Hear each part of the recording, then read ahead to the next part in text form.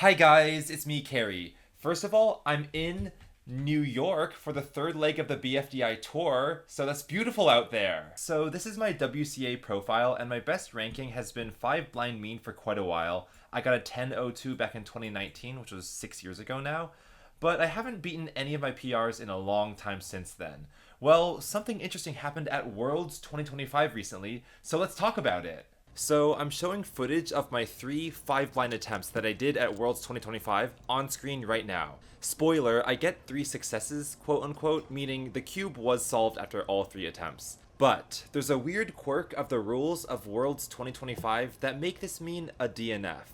Whereas if I got these exact same results at basically any other competition, it would have been a valid mean of time 9:33, so it would have been a PR. So what is that weird quirk? Well, the time limit is the amount of time that the competition will let you do a certain event before they'll just stop you. And this is just to stop people from taking way too long at certain events and slowing the whole production down. So for example, maybe if you're solving 3 by 3 and it takes you more than 5 minutes, which is a very long time, they won't even let you finish. For 5 blind, in almost all the competitions I've been to in the past, they've had about a 45-minute to 1.5 hour cumulative time limit, and that's because 5 blind is one of the most strenuous events. It takes people a pretty long time, so you have to be pretty lenient with your time limits. Now at Worlds, for whatever reason, and I don't blame them because it's a huge competition, they made the time limit 10 minutes per attempt. But it wasn't even 30 minutes cumulative, which would make sense because it's 10 times 3. It was 10 minutes per attempt. So I might as well tell you all the info. The times I got were 10:29, 9:02, 9:07. Those add up to around 28 and a half minutes, which is under 30. So if the rules were that it was a 30-minute cumulative time limit, I would have made it. And the mean would be 9:33. But because it was a 10-minute time limit for each single result, the first 1029 turned into a DNF and the mean was disqualified. And I mean, okay, I want to make it really clear I am not bitter about this. In fact, I wasn't even expecting to get any good 5 blind results, so the fact I got anything that counted and, got me like 31st place in Worlds, I'm very happy with. But I just think it's a fun quirk that if I were to get these times at basically any other competition, this would have been a PR. Now, why did I think I wouldn't do well in 5 blind? Well, I hadn't been practicing much big blind at all in the first half of this year, but leading up to Worlds, I dedicated a lot more time to practicing 4 blind. And the reason is because I recently switched the order of that I do memo and execution. So this is like really getting in the nitty-gritty of things. But I used to memo corners, wings, and then centers, and then execute them in reverse order. So execute centers, then wings, then corners. But I recently put corners in the very center of that, so now I memo centers, wings, and then corners, and then execute corners, centers, wings. And I mean, I do this because I don't have really good audio recall, or like I can't say more than 7 syllables and have them stay in my brain. So I wanted the kind of the most central thing that I'm memorizing, the one I'm holding in short-term memory, to have the fewest pieces possible, being corners. And then that way I don't need to review it at all, and those pieces basically take like no time for memo. And so doing that, I have noticed my times have dropped like 20 seconds. So I know there's a lot of people in the comments who will say that that is suboptimal, but it's working well for me, and I don't plan to get world class with 4 blind. So I'm just happy that I'm globaling like sub 4 again. So anyway, I thought like, okay, 4 blind is the one that I think I can really get a PR in. My current PR is 357 from 2019, and that feels very beatable. But it's kind of funny. I skipped the last 2 days of Worlds to get to Florida for the second leg of the BFDI tour. And so I actually didn't get to do 4 blind at all at Worlds because that happened on Sunday, the last day of the competition. But it does make sense that the skills of practicing 4 blind transfer to 5 blind. And I actually think the biggest reason I sped up at 5 blind, because right now if I practice, or if I perform very casually, I'll get somewhere between like 13 to 16 minutes. The main reason I did faster at this competition, I think it's because when I sat down for my very first attempt, I told the judge, hey, I think I might go over 10 minutes, so you'll need a stopwatch. And they said, no, you can't go over 10 minutes, there's a time limit, which I actually didn't know. That shows how unprepared I was. So I think hearing that, I was like, okay, I average about like 13 to 16. Now that I'm like washed, I'm not practiced as well. But I was like, it's not going to count at all if I don't at least rush it. So I'm going to rush memo, I'm not going to review. And I guess what I realized is that all the reviewing I do for 5 blind normally isn't really that necessary, because as I was rushing it, I recalled the memo just as well. So I think all the times in the past I was just playing it way too safe. And yeah, because I kind of like finished a memo as soon as I was like done with memoing it, and I did the minimum reviews possible. Like getting 907 or 902 didn't even feel like that much of a stretch. Like as I was executing it, there were like multiple times where I would do the wrong comm and undo it, or like pause because I couldn't remember stuff.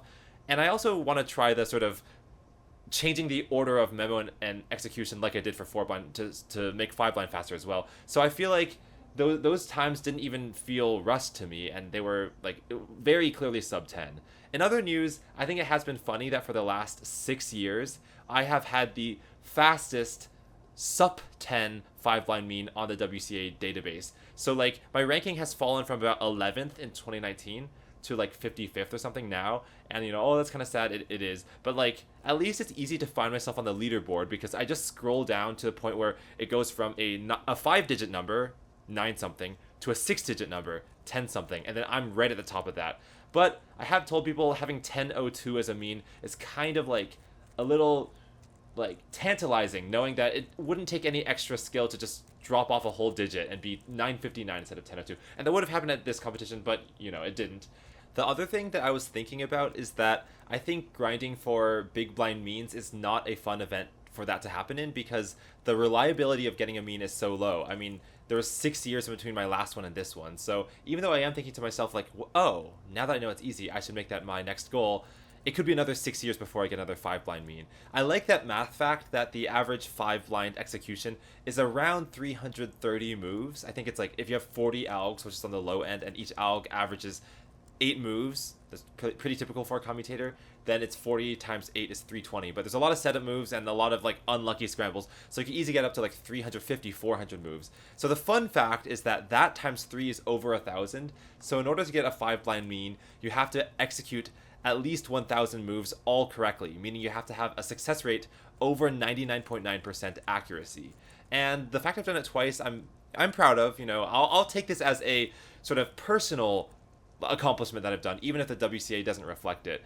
But it does make me think that like when it comes to events like the cited ones like 3x3 or 4x4, I can have goals for faster averages. I think for the big blind results, it should just be I should try to get faster, and then if PRs happen by chance along the way, then that's great, but they won't be my main goal because they're so volatile. I think single I probably could go for because not quite as volatile, but the means are really, you never know when they're going to come. So yeah, but I think that like globaling sub 10 at 5-blind seems quite doable. So the 835 that I have, like, yeah, maybe I'll try to beat that one next. So the other thing I was going to say is that I did qualify for 11 events for Worlds, which I was pretty proud of. I know that it doesn't take super competitive times to qualify, but at least it shows that I'm somewhat well-rounded.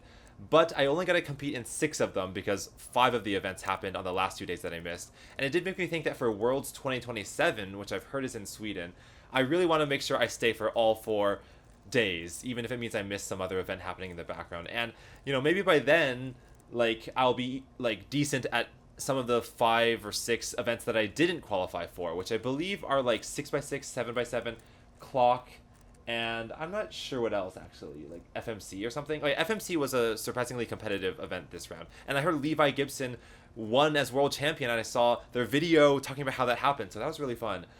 But yeah, I think that like I don't want to miss half of competitions again, because also the most exciting moment of the competition is the 3x3 finals at the very end of it. I did watch it on live stream later. I know Yi Heng Wang. Oh, spoiler. Okay, well, I mean, everyone already knows this, but Yi Heng Wang and Xuan Yigang were basically going back and forth with low 4s and high 3s, and it was really intense. It all came down to the final solve, and Yi Heng Wang, as he always does, pulled it clutch and got a 4.4 and won, which is a great redemption arc from what happened in 2023, where he missed it by 0.01, losing to Max Park. So I do wish I was physically there, but, my friend Manu Singhal, Keaton Ellis, and Felix Zemdex, it was fun to hear them commentate as the solves were happening, instead of if I were in person, kind of sitting in this huge crowd and like seeing these things happen from afar. So there's a silver lining there. Also, it is kind of interesting that finals happened around 4 to 6 p.m. Seattle time, and when I was in Florida, the VIP meet and greet section of the Florida thing was 7 to 9 p.m., which just so happens to overlap at exactly the same time. So I just watched the playback of the live stream hours later, maybe at midnight or so. But it did mean that I had to try to avoid spoilers like for the next few hours, and I actually did spoil myself because I have such an instinct of opening Reddit whenever I get bored, and if Reddit will just like, there'll be a post saying like Yiheng Wang won Worlds, and I'm like, okay, now I know. But I mean, we all expected it. There was no surprises there. I mean, I guess anything had happened at Worlds, but it wasn't a huge shocker that happened. My other results besides 5 blind at Worlds weren't that impressive. I didn't get any PRs, but I'm kind of at the age in my competitor history, 10 years, where getting PRs is getting rarer and rarer. But it did make me think about one other concept, which was, when do you reach eternal PRs that you're happy with? And I think that for me, even though I've been competing for so long, it still feels like most of the events, I know I can still improve them. And I think the only 2 events where I'm satisfied if these are the PRs I have for life are 2x2 and Mega Minx. Because, I just made a video recently about how 2x2 I got a sub 3 average, and I'm cool with that. And for Mega Minx, getting sub 1 feels like such a clean threshold to break that, I have a 58 average now. If it, like, going to 50 would be a huge drop, and I don't want to invest in that. So those 2 events I'm content with. But I think the other 15 events, there's all like big drops I can make, or I'm really close to a threshold that I just feel like I should go for, and then I'll be happy. So for 3x3, I have a 10.8 average, but I really want to go for sub 10, and then I'll be done. For 4x4, I want to get sub 40, but the other thing I want to try is to be sub twice the world record, and it seems to be the event that I'm closest for that in. So the world record right now is 19.38, and double that is like 38.7 or something, and I have 41, so I only need to drop about 3 seconds. And then for every other event, there's something similar like that. I think it is important now that I'm like older to not have like super aspirational goals. Like some people are like, I want to go for a world record or like a world class so I can make world's finals. But I think that like I do want to make sure I don't waste my whole life away to practicing when these results don't really matter. Like whether I get a like 10-minute mean at 5 blind or even like a 4-minute mean at 5 blind, which would be like way beyond my expectations, it doesn't really affect my long-term life.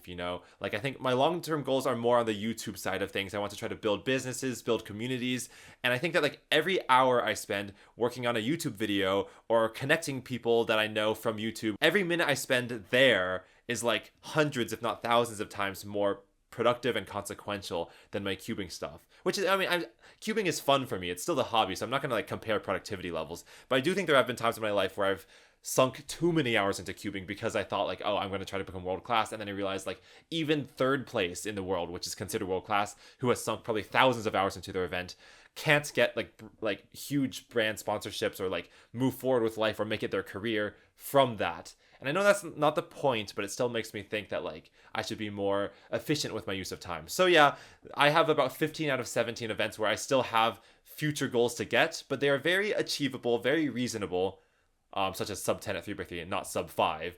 And then I'll be happy. Well, we always say that, but then once we get to that result, then I'll be like, wait, no, I can actually improve even further. So who knows what will happen. Anyway, thanks for watching this ramble, and I'll see you in the next QBKH video. Have fun cubing away. Bye.